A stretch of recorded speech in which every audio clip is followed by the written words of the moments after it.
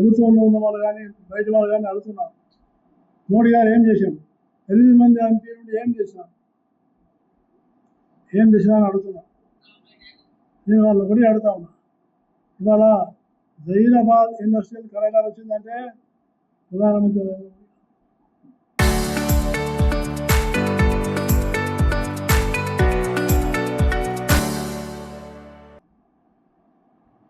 వరంగల్లో ఉన్నటువంటి Kakatiya textile park వచ్చిందంటే నరేంద్ర మోడీ.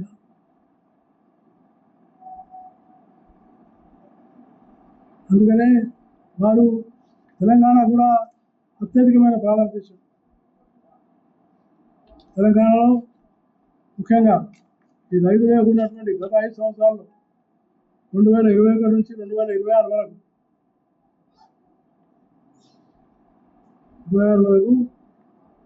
64,75,000 మంది రైతులకు వారు 50,000 కోట్ల రూపాయలు వాళ్ళకు పెట్టుబడి సహాయం చేశారు. ఇది రైతులకు చేరింది, తెలంగాణ రైతులకు చేరింది. అలాగే ప్రధానమంత్రి ముద్రా యోజన చిన్న వ్యాపారస్తులు, కూరగాయలు అమ్ముకునే వాళ్ళు, కిరాణా దుకాణం చేసుకునే వాళ్ళు, అలాంటి వాళ్ళు ఆ ముద్రా యోజనలో ఏదైతే స్టేట్ లెవెల్ బ్యాంకర్స్ కమిటీ ఇచ్చిన రిపోర్ట్ నేను చెప్తున్నాను, Telangana state level bankers report committee వాళ్ళు చెప్పింది ఏంటంటే గత 10 సంవత్సరాల్లో 60,000 కోట్ల రుణాలు 80 లక్షల మందికి సహాయం అయింది. అంటే అనేక మంది వడ్డీదారుల నుంచి విముక్తి పొందారు. అలాగే నేను ఇంకొక విషయం చెప్తున్నాను, చాలా ముఖ్యమైనది ప్రధానమంత్రి గారు చేసింది ప్రధానమంత్రి జన్ధన్ యోజన. ప్రధానమంత్రి జన్ధన్ యోజన చాలా ముఖ్యమైన కార్యక్రమం. ఇంతవరకు మనం ఏం చేస్తున్నాం, ఇప్పటికీ కూడా ఈ ప్రభుత్వాలు కానీ ఏ ప్రభుత్వం కానీ తెలంగాణలో ఉన్న ప్రభుత్వం కానీ మనం డబ్బులు ఇస్తున్నాం, కానీ వాళ్ళను డబ్బులు పొదుపు చేసేటటువంటి ఆలోచన ఎవరు చేయలేదు. వాళ్ళ డబ్బులు పొదుపు చేయాలి, అందరం డబ్బులు ఇస్తున్నాం వాళ్ళకి, కానీ వాళ్ళ డబ్బులు బ్యాంకుల్లో చేర్పించినటువంటి ఏకైక ప్రధానమంత్రి నరేంద్ర మోడీ గారు. తెలంగాణలో ఎన్ని ఉన్నాయంటే ప్రధానమంత్రి జన్ధన్ అకౌంట్స్ 1,26,00,000, 1,26,00,000 ఖాతాలు ఉన్నాయి. దీంట్లో 7,400 కోట్ల రూపాయలు జమ అయినాయి. వాళ్ళ డబ్బులు వాళ్ళ అవసరాలకు వాళ్ళు వాడుకోవచ్చు, కానీ మనం వాళ్ళకే మనం ఇది ఇస్తామని చెప్తాం, కానీ వాళ్ళను ఏ విధంగా సరైన మార్గంలో తీసుకెళ్ళాలి అనేటువంటి దాంట్లో వెళ్ళలేకపోయినాం. అందువల్ల నేను ఒక విషయం మాత్రం మనవి చేస్తున్నాను, ఏంటంటే ఎవరైతే తెలంగాణలో కానీ దేశంలో కానీ ప్రధానమంత్రి నరేంద్ర మోడీ గారు చాలా గొప్ప మార్పులు తీసుకొచ్చారు. రాజకీయాల్లో, ఆర్థిక రంగంలో, సాంస్కృతిక రంగంలో, అలాగే అనేకమైనటువంటి సామాజిక కార్యక్రమం ప్రజల్లో ఒక చైతన్యం తీసుకొచ్చాడు, ఒక స్ఫూర్తిని తీసుకొచ్చాడు. కాబట్టి నరేంద్ర మోడీ గారు 12 సంవత్సరాలు మొన్న జరిగినటువంటి ఎన్నికలు అవుతున్నాయి అంటే 2024 తర్వాత ప్రతిపక్ష పార్టీలు అనుకున్నాయి ఇంకా మోడీ గారి పైన అయిపోయింది.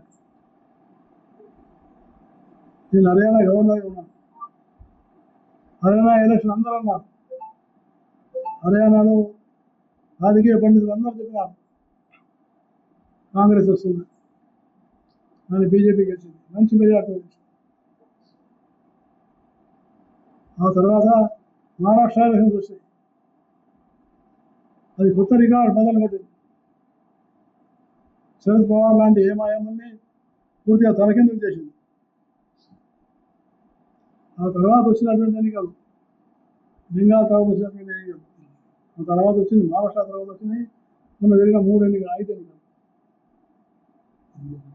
బెంగాల్లో వచ్చినటువంటి మార్పు ఏదో ఇది చాలా గొప్ప మార్పు.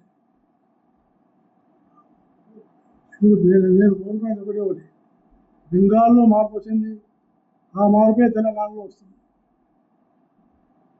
ఆ మార్పే తెలంగాణలో వస్తుంది. ఆ ధర ఇవాళ ముఖ్యమంత్రి గారికి పట్టింది, ముఖ్యమంత్రి గారి భయం పట్టింది. మోడీ గారు నాకు అది ఇవ్వడం లేదు, నాకు అది ఇవ్వడం లేదు, సహాయం చేయట్లేదు అంటున్నారు. ఇంకో పక్కన అన్ని సహాయం చేస్తామని చెప్తున్నారు. అంటే మన ముఖ్యమంత్రి కానీ కాంగ్రెస్ పార్టీ హైకమాండ్ కానీ మోడీ గారి భయమే ఇప్పటికి ఇంకా ఉంది. పైకి విమర్శిస్తున్నారు కానీ మోడీ గారు అంటే ఆయన ఒక వ్యక్తి కాదు, ఆయన జాతీయవాదం లేకున్నటువంటి ఒక సంపద. మోడీ ఒక వ్యక్తి కాదు, ఆయన ఒక శక్తి. కాబట్టి ఆ శక్తిని మీరు కదిలించలేరు. ఆ శక్తి ఇంకా దినదినం పెరుగుతుంది. ఈ జాతీయవాద శక్తి ఇంకా బలపడే అవకాశం ఉంది. అందుకనే నేను వివరిస్తున్నాను, మెదక్ ప్రజలు కూడా ఈ జాతీయవాదం వైపు अत्यधिकమైన మొగ్గు చూపాలని నేను అందరూ కూడా ప్రార్థిస్తున్నాను. 12 साल के इस कार्यक्रम पे आए चीफ गेस्ट ऑनरेबल गवर्नर साहब, हमारे माजी मंत्री, केंद्रीय मंत्री बंडारू दत्तात्रेय साहब, हमारे जिला के जिला अध्यक्ष भदौरी मैडम, उसी के साथ साथ हमारे स्पोक्स पर्सन विठल साहब, मंच पे उपस्थित सभी हमारे जनरल सेक्रेटरी, वाइस प्रेसिडेंट, सभी हमारे संगारेड्डी डिस्ट्रिक्ट के सभी स्टेट बॉडी के सभी लोगों को, प्रेस मीडिया को बहुत बहुत नमस्कार और धन्यवाद। सबसे खुशी की बात है कि आज हम 12 साल पूरे करके भारत देश में प्रजा के साथ रह के काम करने का काम किए हुए, सबका साथ, सबका विकास, सबका प्रवास, सबका विश्वास के साथ हम लोगों ने पिछले 12 साल देश का विकास करने के लिए, विकसित भारत करने के लिए काम किए हुए। उसमें का हिस्सा बोले तो कल ही हम लोगों ने जहराबाद में एक प्रेस मीट लगा के बुलेट ट्रेन के बारे में बात कर रहे थे। न्यूज इंडस्ट्री देने का काम, न्यूज इंडस्ट्री का डेवलपमेंट होने का काम हमारे सरकार के कार्यकाल में बहुत सारा हो गया। सो लैंड एक्विजिशन भी हो गया। सो उसको रिसेंटली 2 बार प्राइम मिनिस्टर की तरफ से या केंद्र सरकार की तरफ से फंड्स भी अलॉटमेंट करे।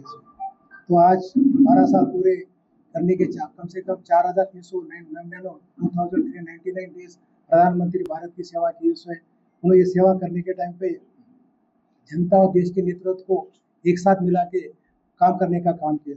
डेफिनेटली ये सब करने के टाइम पे प्रायोरिटीज कुछ थे कि जैसा हम लोग बुलेट ट्रेन पूछ रहे तो इसका मतलब क्या है? डेवलपमेंट बोले तो रोड की जरूरत होती, रोड के बाद से भी डेवलपमेंट शुरू हो जाती है। इसलिए सबसे मैं पहले हमारे पीएम गति शक्ति योजना के बारे में बताना चाहता हूँ। पीएम गति शक्ति योजना में सभी तरह के नेशनल हाईवेज है, वाटरवेज है, एयरवेज है, सभी उसमें आते हैं। उसमें नेशनल हाईवे की बात करेंगे तो 2014 के पहले 7 साल के कार्यकाल में 91,827 किलोमीटर हाईवेज बन गए थे। 2026 में 1,46,000 किलोमीटर रोडवेज बन गए। सो करीबन उससे करीब दो गुना रोड संख्या 12 साल में बना के भारत देश का विकास करने के लिए काम करने का काम किया। उसी के साथ साथ आज जो रोड बनने का जो पर डे का जो ग्राफ है तो 34 किलोमीटर रोज हम आज रोड बनाते। पहले पीछे के कार्यकाल में 11.6 किलोमीटर ही रोड बनता था पर डे। इस तरीके का वो डाटा है, वो आपके सामने रखना चाहता हूँ। मतलब बोलने में मतलब कि 12 साल में हमारा जो काम करने का जो स्पीड है 3 गुना, 11 किलोमीटर से लेकर 34 किलोमीटर तक गया। तो 3 गुना हमने रोड बनाए। उसमें गडकरी साहब जैसे अच्छे विजनरी लीडर है जो आगे की सोच रखते हैं, आगे का एक इनोवेटिव आइडियाज उनके पास रहते, इसलिए हम ये लोग ये अचीव कर सके। इसलिए भी हम भारत देश के प्रधानमंत्री को धन्यवाद देना चाहिए। उसी के साथ साथ हम बुलेट ट्रेन के लिए हम जो कोशिश कर रहे हैं उसका भी एक पार्ट है कि जो कम्युनिकेशन बढ़ेगा, ट्रांसपोर्ट बढ़ेगा तो उसका रेवेन्यू बढ़ेगा तो एम्प्लॉयमेंट बढ़ेगा। इस तरीके से काम करते रहते हैं। अब सबसे पहले तो ग्रामीण लोगों के लिए प्राइम मिनिस्टर ग्राम सड़क योजना पिछले सरकार के, हमारे बीजेपी सरकार के टाइम पे, अटल बिहारी वाजपेयी के टाइम पे लेके आए थे। उस टाइम पे हम लोगों ने 4 लाख किलोमीटर का रोड जो 2014 तक बने, तो आज हम 8 लाख किलोमीटर रोड ग्रामीण एरिया में बना के हमारे किसानों को और ग्रामीण लोगों को रहने की सुविधा देने का काम किया। उसमें वो भी कम से कम उनका 3 घंटे का जर्नी अभी हो रहा, जो पहले 8 घंटे 10 घंटे जो लगते थे उसमें 8 घंटे 10 घंटे से 3 घंटे में उन्हें शहर तक, जिला हेडक्वार्टर तक आने का काम कर सके। मेट्रो रेल के बारे में बताएंगे तो अभी नंबर ऑफ सिटीज पहले 5 ही मेट्रो रेलवेज थे 2014 के पहले। आज 2026 में जब 26 सिटी में मेट्रो रेल लाने का काम किया, उसमें करीबन 21 सिटी में नए मेट्रो रेल इस कार्यकाल में 12 साल के पीरियड में हम लोगों ने लेके आए। मेट्रो का नेटवर्क 248 किलोमीटर था, आज हमारे पास 1095 किलोमीटर की लंबाई का मेट्रो भारत देश में इस्तेमाल में। उसी के साथ साथ एयरपोर्ट के बारे में बताएंगे तो आज 2014 में 74 एयरपोर्ट थे, तो 2026 में 90 एयरपोर्ट्स आज ऑपरेशन में है। 12 साल के कार्यकाल में हम कई गुना ज़्यादा एयरपोर्ट बनाने का काम किया। उसमें नंबर ऑफ एयरपोर्ट्स 74 से 164 पे चले गया। फिर 74 एयरपोर्ट थे तो आज हम 164 एयरपोर्ट बनाने का काम किया। 90 एयरपोर्ट एडिशनल हमने बनाए जितने 12 साल के कार्यकाल में। वाटरवेज के बारे में बताएंगे तो हमारा जो भी प्रोडक्शन रहता कोई भी इंडस्ट्री का, वो हमारे वाटर सोर्स वाटरवेज से दूसरे कंट्री को इम्पोर्ट होता है। वाटरवेज में हमने बहुत सारा 22 नए डिक्लेरेशन करके उसका काम भी शुरू किया। इस तरीके से अलग अलग जो कम्युनिकेशन जो रहते हैं उसमें हमने ज़्यादा से ज़्यादा काम किया। सो अब रेलवे पे आएंगे। रेलवे में वंदे भारत ट्रेन का हमने 164 वंदे भारत ट्रेन चालू करके लोगों को सुविधा करने का, लोगों को फैसिलिटी देने का काम किया। सो उसके साथ साथ ही हमारे जितने भी नैरो गेज थे सभी 100% 99.6% ब्रॉड गेज करने का भी रेलवे में काम किया। सो ये सब कम्युनिकेशन में इतने सारे काम हम 12 साल में काम करके डेवलपमेंट को एक आगे लेके जाने के लिए हम बड़ा योगदान दिए। सो इसके लिए भारत के प्रधानमंत्री ने जो सोच रखी सो कि गतिमान अगर भारत होना तो रोड्स अच्छा होना चाहिए, रेलवे से फैसिलिटी अच्छा होना चाहिए, वाटरवेज होना चाहिए, एयरवेज होना चाहिए। इस तरीके से ये बातें हमने पूरा